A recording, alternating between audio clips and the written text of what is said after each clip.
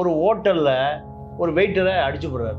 அடிச்சு உதைச்சு அவனை சட்டையெல்லாம் கிழிச்ச பிறகு அந்த நடிகையோடு 10 வருட காலமாக தொடர்பில் இருப்பதாக யார் இந்த செய்தியை சொல்றாங்கன்னா, போட்ட பிறகுதான் கர்நாடகா திரையுலகமே பத்திக்குது. என்னுடைய கணவர் தர்ஷன் இருக்கார், என்னுடைய குழந்தை இருக்கு, நான் இருக்கேன், இதுதான் எங்கள் குடும்பம், அது ஃபேக் ஃபேமிலி. தொடர்ந்து பவித்ரா கவுடாவுக்கும் ரேணுகா சாமிக்குமான யுத்தம் ஆரம்பிக்குது. இதுல இன்ஸ்டாகிராம், நீ நடத்தை கெட்டவள், நாணயம் கெட்டவள், ஒரு ஃபேக் ஐடியா தயார் பண்றாங்க. தர்ஷன் எவ்வளவு அயோக்கியனோ அதே அளவு அயோக்கியன் அவருடைய ரசிகன். வேறொரு பெண்ணோடு போகிற நடிகன் அப்படித்தான் இருக்கான், ரசிகன் அப்படித்தான் இருக்கான். சிகரெட் குடித்து அவருடைய உடலை சுடுகிறான். பவித்ரா ரசிக்கிறான். அவன் தவறான எண்ணத்தில் வந்திருந்தாலும் கூட அவனை மன்னிச்சு விட்டுருக்கலாம். ஆனா இதுக்கு முன்னாடி வந்த கேஸ் எல்லாத்துலயும் வந்து அவர் காசெல்லாம் கொடுத்து எப்படியாவது சமரசம் பேசி வெளியில எல்லாம் வந்திருக்கிறாரு. அதே மாதிரி இதுக்கான வாய்ப்புகள் ஏதாவது இருக்குங்களா?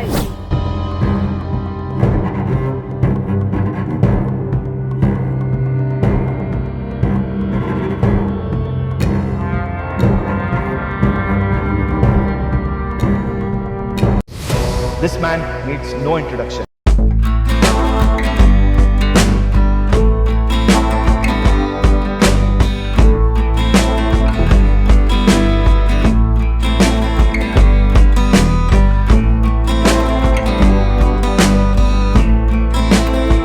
ನಾನು ಇಲ್ಲಿಗೂ ಕನೆಕ್ಷನ್ ಇಲ್ಲ. ಏನು ಕೇಳಿಸ್ತಿದೋ, ಇಲ್ಲೇನು ಹೇಳುತ್ತೋ ಅದೇ ಇಲ್ಲೂ ಅದೇ ಹೇಳುತ್ತೆ, ಅದೇ ಬರುತ್ತೆ.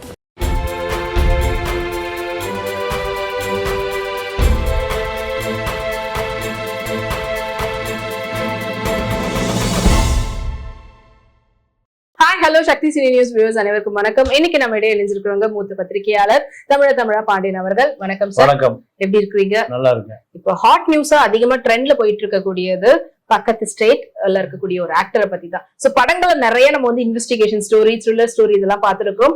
அதுலயும் வந்து பாத்தீங்கன்னா மர்டர் அப்படின்றது வந்து ஒரு சைக்கோ கில்லரா வந்து ஒரு சில பேர் ரொம்ப சித்திரவதை பண்ணி எல்லாம் கொல்லுவாங்க. அதை வந்து ஒரு ஹீரோ கண்டுபிடிப்பாரு அப்படின்ற மாதிரி எல்லாம் பார்த்திருக்கோம். ஆனா இதுல ஒரு ஹீரோவே, அதுவும் தன்னுடைய சொந்த ரசிகனையே வந்து சித்திரவதை பண்ணி கொண்டு இருக்கிறதா இப்ப வந்து பரபரப்பா போயிட்டு இருக்குது. வேற யாரும் இல்ல, தர்ஷன் தான். சோ இது எதனால ஏற்பட்டது, எதனால அவருக்கு அந்த அளவுக்கு ஒரு சைக்கோத்தனமான ஒரு கொலை உணர்ச்சி வந்து எதுக்கு அப்படி பண்ணிருக்கணும், அந்த அளவுக்கு அவர் சித்திரவதை பண்ணிருக்காரு. இப்ப தொண்ட பயங்கரமா இருக்குது அவர் பண்ண விஷயம் எல்லாம். சோ இதை பத்தி உங்களுடைய கருத்து? இந்த தர்ஷன் இவருடைய பெயர் ஹேமந்த் குமார். மைசூர்ல ஒரு சினிமா விநியோகஸ்தராக வாழ்க்கை ஆரம்பிக்கிறார். இவர் விநியோகஸ்தராக இருந்து அதன் பிறகு தயாரிப்பாளராக இருந்து ஹீரோவா மாறுறார். இதுதான் இவருடைய சினிமா பயணம். சொந்த உறவினர் பொண்ணதான் கல்யாணம் பண்றார். அந்த மாதிரி விஜயலட்சுமிக்கு ஒரு குழந்தை இருக்கு. விஜயலட்சுமியை 2011 சித்திரவதை செய்து அடித்து உதைத்து ஒரு வழக்கு பதிவாகி ஜெயிலுக்கு போறார். இதுதான் இவருடைய முதல் சிறை அனுபவம். 2016 சமரச மையத்தில் நீதிமன்றத்தால் சமரசப்படுத்தப்பட்டு அந்த வழக்கு வாபஸ் வாங்கப்பட்டு மீண்டும் சமரசம், மீண்டும் வழக்கு, 2வது வழக்கு. 3வது ஒரு ஹோட்டல்ல ஒரு வெயிட்டரை அடிச்சு போடுறாரு. அடிச்சு உதைச்சு அவனை சட்டையெல்லாம் கிழிச்ச பிறகு 1 லட்சம் ரூபாய் கொடுத்து அவனோட சமரசம் பேசி அந்த வழக்கு பதிவாகல. 3. 4வது 2021 அவருடைய பண்ணை வீட்டுல காட்டுல இருக்கக்கூடிய விலங்குகள் பூரா அங்க இருக்கு. வனத்துறை போய் கைப்பற்றி ஒரு வழக்கை பதிவு செய்யறாங்க. இப்படி 4 வழக்கு அவருக்கு தொடர்ச்சியாக வழக்கு நீதிமன்றத்துக்கு போயிட்டு வந்துட்டு அந்த வழக்கு ஒரு வகையில் முடிவுக்கு வந்தது. இப்போ இந்த வழக்கு மரண தண்டனை தவிர வேறு வழி இல்லை. இவரு மனைவி விஜயலட்சுமி தொடர்பிலிருந்து விடுபட்டு பவித்ரா கவுடா தன்னோடு படத்தில் நடிக்கக்கூடிய ஒரு நடிகை, அந்த நடிகையோடு 10 வருட காலமாக தொடர்பில் இருப்பதாக யார் இந்த செய்தியை சொல்றாங்கன்னா, பவித்ரா கவுடாவே இன்ஸ்டாகிராம்ல இந்த செய்தியை சொல்றாங்க. அதன் பிறகுதான் செய்தியே உலகத்துக்கு போகுது. என்ன செய்தி இப்ப இன்ஸ்டாகிராம்ல வருதுன்னா, தர்ஷன், பவித்ரா கவுடா, பவித்ரா கவுடாவினுடைய முதல் கணவன் சஞ்சய் சிங்குக்கு பிறந்த குழந்தை, 3 பேரையும் போட்டு இதுதான் எங்கள் குடும்பம்னு போடுது.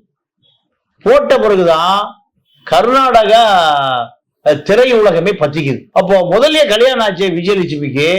விஜயலட்சுமியை டைவர்ஸ் பண்ணிட்டு பவித்ரா கவுடாவை எப்ப திருமணம் பண்ணார்? இதுதான் திரைத்துறையை சேர்ந்த அத்தனை பேருடைய கேள்வி. உடனே விஜயலட்சுமி என்ன போனது, இல்ல அது ஒரு ஃபேக் போட்டோ, என்னுடைய கணவர் தர்ஷன் இருக்கார், என்னுடைய குழந்தை இருக்கு, நான் இருக்கேன், இதுதான் எங்கள் குடும்பம், அது ஃபேக் ஃபேமிலி. இது ரெண்டும் தான் தீப்பொறியா கர்நாடகாவில் இருக்கக்கூடிய சினிமா துறை பூராம பேசுபொருளா மாறி இருக்கு. இதுக்கு நடுவுல இவருடைய ரசிகர் ரேணுகாசாமி தர்ஷனுடைய தீவிர ரசிகர். ரேணுகாசாமி பவித்ரா கவுடனுடைய இன்ஸ்டாகிராமுடைய மெயில் ஐடியை போய் கண்டுபிடிச்சிடுறாரு. இந்த ரேணுகாசாமி என்ன பண்றாரு, தொடர்ந்து பவித்ரா கவுடாவுக்கும் ரேணுகாசாமிக்குமான யுத்தம் ஆரம்பிக்குது. இதுல இன்ஸ்டாகிராம்ல நீ என்னுடைய தலைவனுடைய பேரை கெடுக்கிற, என்னுடைய தலைவனுடைய குடும்பத்தை சீரழிச்சிட்ட, சின்னாபின்னப்படுத்திட்ட, என்னுடைய தலைவனுடைய குடும்பத்தை விட்டு நீ விலகு, விலகலினா உன்னை கடவுள் தண்டிப்பார். தொடர்ச்சியா இன்ஸ்டாகிராம்ல பவித்ரா கவுடாவுக்கு ரேணுகாசாமி தொடர்ந்து இரவு பகல் மத்தியானம், இவர் மெடிக்கல் கடையில் மெடிக்கல்ல ஸ்டோர்ல வேலை பார்க்கிறாரு. இப்படி வேலை பார்க்கக்கூடியவர் தர்ஷன் மீது உள்ள வெறியால் பவித்ரா கவுடாவை தூங்க விடாம பண்றாரு. நீ நடத்தை கெட்டவள், நாணயம் கெட்டவள், அடுத்தவனுடைய கணவனை கவர்ந்து கொண்டாய் போட்டு அடிச்ச உடனேயும் பவித்ரா கவுடா நிலை எல்லாம் 2 நாள் போட்டெல்லாம் கொஞ்சிடலாம். ஆனா ரேணுகாசாமி தர்ஷன் மேல உள்ள ஒரு மிகப்பெரிய ரசிகன் என்ற காரணத்தினால விடாம அடிக்கிறார். அப்போ இதுக்கு ஒரு முடிவு கட்டணும். என்ன பண்ணுவோ தெரியாது. பவித்ரா கவுடா முழு பொறுப்பை தர்ஷன் கிட்ட கொடுக்கிறார். தர்ஷன் தன்னுடைய ரசிகர் மன்ற தலைவர் நாகராஜ், பவித்ராவுடைய உறவினர், இப்படி 11 பேர் கொண்ட குழு திட்டமிடப்படுகிறது. எதுக்கு? எப்படியாவது ரேணுகாசாமிய தூக்கிட்டு வந்து வச்சு அவனை பழி வாங்கணும். இதுதான் அவருடைய நோக்கம். அப்ப ரேணுகாசாமி எப்படி கடத்துவது? அதுக்காக ஒரு ஃபேக் ஐடிய தயார் பண்றாங்க ஒரு பெண்ணுடைய பேர்ல. ரேணுகாசாமியினுடைய மனைவி 5 மாத கர்ப்பிணி.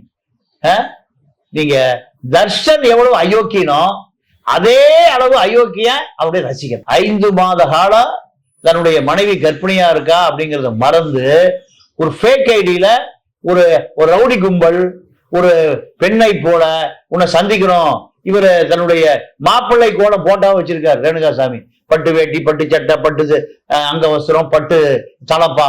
இதை பார்த்தோன்னே எனக்கு உங்கள் மீது காதல் வந்துருச்சு, நீ மைசூருக்கு வா. ஃபேக் ஐடியில சொன்ன உடனேயும் மரணம் காலதேவன் அழைக்கிறான். இவர் என்ன பண்றாரு, ஒரு கற்பனையான ஒரு பெண்ணை கற்பனை செஞ்சு வச்சுட்டு மைசூர் போறாரு அந்த பெண்ணை சந்திக்கிறது. அப்போ இந்த திரைப்பட துறையில் இருக்கக்கூடிய தன்னுடைய ரசிகனை கொலை செய்கிற அளவுக்கு போற தர்ஷனை விட தன்னுடைய மனைவி 5 மாத கர்ப்பிணியை விட்டு வேறொரு பெண்ணோடு போகிற நடிகன் அப்படித்தான் இருக்கான், ரசிகன் அப்படித்தான் இருக்கான். 2 பேருக்கு ஒரே அளவுகோல் தான். 2 பேருமே ஒழுக்கம் இல்லாதவர்கள், 2 பேருமே நாணயம் இல்லாதவர்கள், 2 பேருமே கட்டின மனைவிக்கு துரோகம் செய்வார்கள். இவரு ஆனா அவங்களுக்கு கமெண்ட் யாரு? பவித்ராவுக்கு கமெண்ட் கொடுத்தாரு என்னுடைய ரேணுகாசாமி. வந்து குடும்பத்தை கெடுத்துட்டாரு. இவர் குடும்பமே இப்ப தெருவில் நிக்குது. இப்ப மைசூருக்கு போறாரு தன்னுடைய காதலியை சந்திப்பதற்கு. காதலியை சந்திக்க போனவரு ரவுடிகள் தான் அந்த வர சொன்ன இடத்துக்கு ரவுடி கும்பல் தான் வருது. கடத்தப்பட்டு ரேணுகாசாமி கொண்டு போன இடம் மைசூர்ல யாருடைய பண்ணை வீடுனா தர்ஷனுடைய பண்ணை வீடு. தர்ஷன் பண்ணை வீட்டுல பவித்ரா ரெட்டி, தர்ஷன், மாநில ரசிகர் மன்ற தலைவர், பவித்ராவுடைய உறவினர், இப்ப 11 பேர் பவுன்சர்கள், குண்டர்கள் எல்லாம் இருக்கான். அத்தனை பேருமே ரேணுகாசாமியை கடுமையான சித்திரவதை பண்றான். சித்திரவதை பண்றதுல நான் என்னை விட்டு விடுங்கள், நான் உன்னுடைய கால விழுந்து கதறாரு. 6 நாள் காவல்துறைக்கு நீதிமன்றம் கஸ்டடி கொடுத்துருக்கு. அப்போ ஒவ்வொரு தகவல் வருது. தர்ஷன் நீங்க சிகரெட் குடித்து அவருடைய உடலை சுடுகிறார். பவித்ரா ரசிக்கிறார். அவருடைய ஆணுறுப்பில் மின்சாரம் பாய்ச்சப்படுகிறது. உடல், அதாவது போஸ்ட்மார்டம் பண்ண மருத்துவத்துறை என்ன சொல்றதுன்னா, உடம்புல ஒரு எலும்பு இல்ல. பவித்ரா ரெட்டி மீது உள்ள காதலால் தர்ஷன் எல்லை மீறி போகிறார். அது ஒண்ணுமே இல்ல. பட் அவர் நார்மலாவே ஒரு ஸ்டேபிளான பர்சன் இல்லன்றது தெரியுது. ஏன்னா இதுக்கு முன்னாடி அவங்க ஒய்ஃப் கிட்ட ஒரு காட்டு மிராண்டித்தனமா நடந்துகிட்டதா இருக்கட்டும், இல்ல பப்ளிக் பிளேஸ்ல நடந்த அந்த ஒரு ஹோட்டல்ல அவங்க கிட்ட நடந்துகிட்ட விஷயம், ஒரு நார்மலாவே வந்து அவருடைய ஹீரோயிசத்தை படத்துல காட்டுற மாதிரி வெளியிலயும் காட்ட ஆரம்பிச்சிருக்காரு. அதுதான் அங்கேயும் பண்ணிருக்கிறாரு போல இருக்கு. அதான் இப்ப இறுதியா இந்த கொலைக்கான தூண்டுதல் A1 302 இத்தனை இந்திய தண்டனை சட்டம் கட்டுப்படுத்தினால் தூக்கு தண்டனை தவிர வேற வழியே இல்லை. அப்போ ஒரு நாள் முழுக்க வச்சு அவர் சித்திரவதை செய்து விடியல் காலை 3 to 5 தான் மரணம் அடைஞ்சிருக்காரு. Post-mortem report.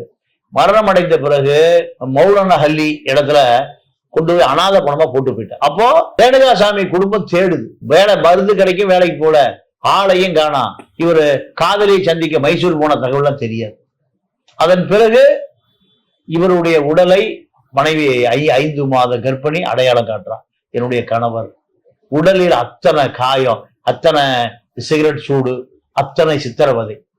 அப்போ பவித்ரா கவுடா, தர்ஷன் 2 பேருமே அந்த அப்பாவி ரசிகனை, அவன் தவறான எண்ணத்தில் வந்திருந்தாலும் கூட அவனை மன்னிச்சு விட்டுருக்கலாம். ஆனால் ஒரு கொலையை ரசித்து அணுவாக செய்திருக்கிறார்கள். இதுதான் சப்ஜெக்ட். இப்ப இவங்க மேல என்னென்ன பிரிவுல கேஸ் போட்டிருக்காங்க?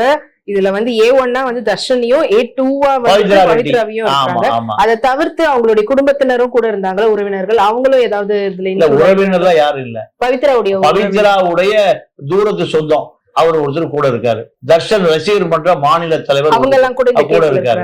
இதுல என்ன இன்னொரு விஷயம்னா, ஒரு 3 பேர் வந்து சரண்டர் ஆகுறாங்க. நாங்க ரேணுகாசாமி குடுக்கல் வாங்கல் சண்டை பணம் வர செலவுல கொண்டுட்டோன்னு அவர்களுக்கு 50 லட்சம் ரூபாய் கொடுக்கப்பட்டது. யாரு? போலி குற்றவாளிகளுக்கு.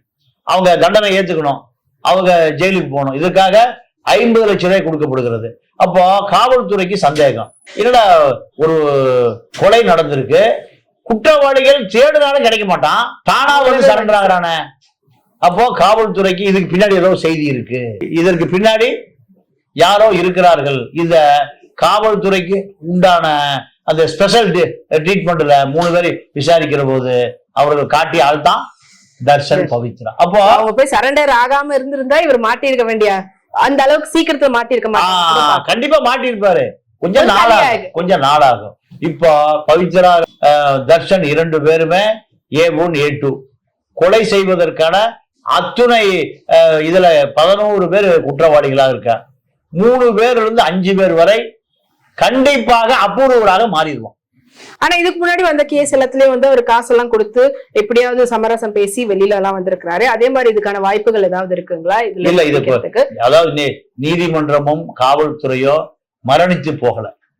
காவல்துறையும் நீதிமன்றமும், ஏன்னா நடந்தது என்ன, ஒரு கொலை, திட்டமிட்ட கொலை. அப்போ கண்டிப்பாக பவித்ராவுடைய வீடு, அவருடைய படுக்கை அறை முழுக்க பரிசோதனை செய்ததுல கொலை நடந்த பொழுது அவருடைய உடையில ரத்த சாம்பிள் இருந்து. எங்க பவித்ரா ரெட்டியுடைய வீடுல காவல்துறை ஆய்வு செய்யறாங்க, ஏதாவது எவிடன்ஸ் இருக்கான்னு. அப்போ இந்த மாதிரி அவனை தாக்கி இருக்கு, அவருடைய ரத்த மாதிரி.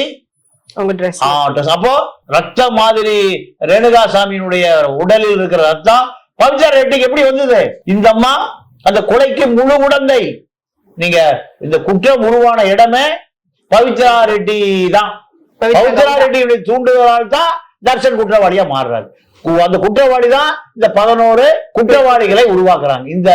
இந்த வழக்கு நீதிமன்றத்தில் சந்தேகத்துக்கு இடமின்றி நிரூபிக்கப்பட்டால் கண்டிப்பாக பவித்ரா கவுடா இத்தனை பேருக்கும் கண்டிப்பாக மரண தண்டனையை தவிர நீதிமன்றம் குறைந்தபட்ச தண்டனைக்கு வாய்ப்பே இல்லை என்பதுதான் கர்நாடகா திரைத்துறை மட்டுமல்ல, தமிழ் திரைத்துறையினரும் அதிர்ச்சியோடு பார்க்கக்கூடிய வழக்காக மாறி இருக்கிறது. திரைப்படங்கள்ல பார்த்து இவர் தான் நம்மளுடைய ஹீரோ, இவர் தான் வந்து நம்ம வந்து ஃபாலோ பண்ணணும்னு நினைக்கக்கூடிய ஒவ்வொரு ரசிகருக்கையும் வந்து இது ஒரு பெரிய ஷாக்குன்னு சொல்லலாம். ஏன்னா சொந்த ரசிகனையே வந்து கொண்டு இருக்கிறாரு சொல்லிட்டு அவங்களுக்கு சப்போர்ட் பண்றது இல்ல யாரா இருந்தாலுமே, இது வந்து காமனா எல்லா இண்டஸ்ட்ரியிலுமே, சினிமா இண்டஸ்ட்ரியில இருக்கக்கூடிய எல்லா ரசிகர்களையும் பயப்படுத்துற விதமா தான் தர்ஷன் அவங்களுடைய ரசிகரையே வந்து கொண்டு இருக்கக்கூடிய விஷயம் இப்ப பரபரப்பா பேசிட்டு இருக்காங்க. சோ அதுல இருக்கக்கூடிய உள் விஷயம் அண்ட் இப்ப என்னெல்லாம் நடந்துட்டு இருக்கிறது பத்தி ரொம்ப விவரமா சொன்னதுக்கு நன்றி சார். நன்றி, வணக்கம். இந்த வீடியோ உங்களுக்கு பிடிச்சிருந்தா லைக் பண்ணுங்க, கமெண்ட் பண்ணுங்க, ஷேர் பண்ணுங்க, சப்ஸ்கிரைப் பண்ணுங்க.